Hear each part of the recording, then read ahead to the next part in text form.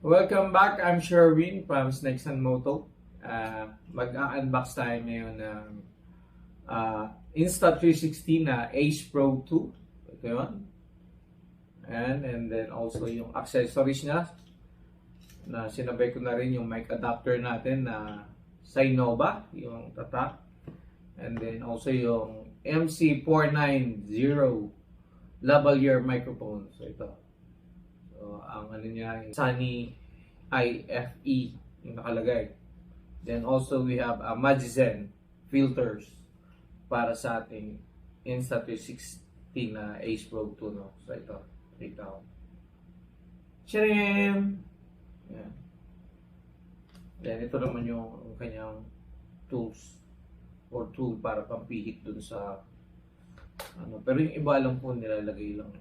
But anyway, so i-unbox na natin to. So this is my second time na magkaroon ng Insta360 na camera. So ilalagay natin to sa helmet or pwede natin gamitin pang second camera natin. No? And ito naman yung una nating camera na binili na Insta360 is yung X4. So 360 siya. Mga siguro 6 months na siya sa akin or 6 months ko na siyang ginagamit and sulit naman talaga. Pati low light niya may mga na nakuha ko na rin yung adjustment sa low light pero iba pa rin yung nagagawa nitong pure video mode ng Ace Pro 2. Ayan. So ito yung mga accessories niya na ginagamit ko. Tapos nakakabit na rin yung clamp. So, motorcycle bundle yung kinuha natin. And ito yung pang lock, saka yung pang extend dun sa ano, kung gusto nyo mag-extend.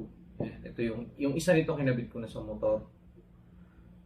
Pero, yun nga, mas lagi kong ginagamit itong ating clamp, no? Yung nilalagay lang sa motor, sa manibela natin. Ayan. Dito ko naman gagamitin tong ating Insta360 na Ace Pro sa helmet natin. Yun. So, ito yung mount natin. Ito natin ilalagay. So, ito yung helmet na ginagamit natin. Pang daily helmet natin to na ginagamit. So, yun. Mamaya, i-assemble ko na lang pagka kukunin ulit natin ng video. Thank you.